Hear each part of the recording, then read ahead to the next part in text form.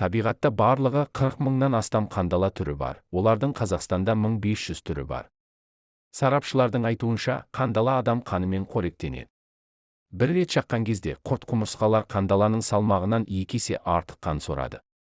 Азаматтар үй қандаласына жиі шағымданады. Олар түнгі уақытта белсенді болады. Олар 4 айға дейін өмір сүреді, және тек адам бар жерде болады. Қандалалар 40 күн ішінде дамиды, және бір уақытта 300-ге дейін жұмыртқа салады. Олар үшін қолайлы орта ескі ағаш жиһаз, олар, әдетте, еден жарықтарында, плинтус артында, сондай-ақ жиһазда болады. Олар үшін қолайсыз орта жаңа бетон монолитті үйлер, бірақ адам жүрген жердің бәрі қандаланың жаңа ортаға бейімделу үшін жеткілікті. Қандалаға қарсы өңдеу кезінде бірінші кезекте қоқысты жою керек. Ең алдымен жиһаз артқа тартылады. Ыңғайлы және кедергісіз өңдеу үшін барлық беткі қабаттар мен саңылаулар дезинфекция жүргізуге қолжетімді болуы керек. Азық-түлік, ыдыс-аяқ пен киімді алып тастау керек. Ескі, қажет емес жиһазды да алып тастаған жөн.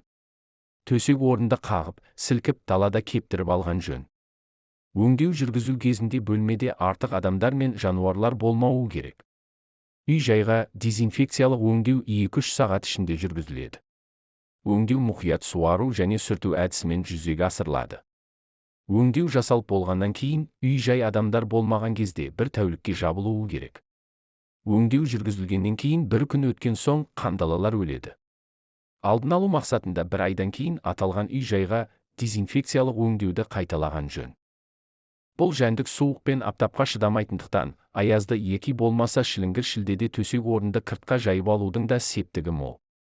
Бірақ қандаланың апталап, айлап ұйқыға кететін, тіпті тұқымы жылдар бойы сақталатын қабілеті болғандықтан, бұл әрекеттер де қандаладан құтылуға толық кепілдік бере алмайды. Сондықтан қандаламен күресті мамандардың өзіне тапсырған жөн. Сол сияқты су жаңа жиһаздарынан арзан бағаға болса да құтылғысы келіп 2 болмаса қымбат жиһаздарын жаппай сатылымға шығарған дүкендердің әрекеті де ойлантуға тиіс.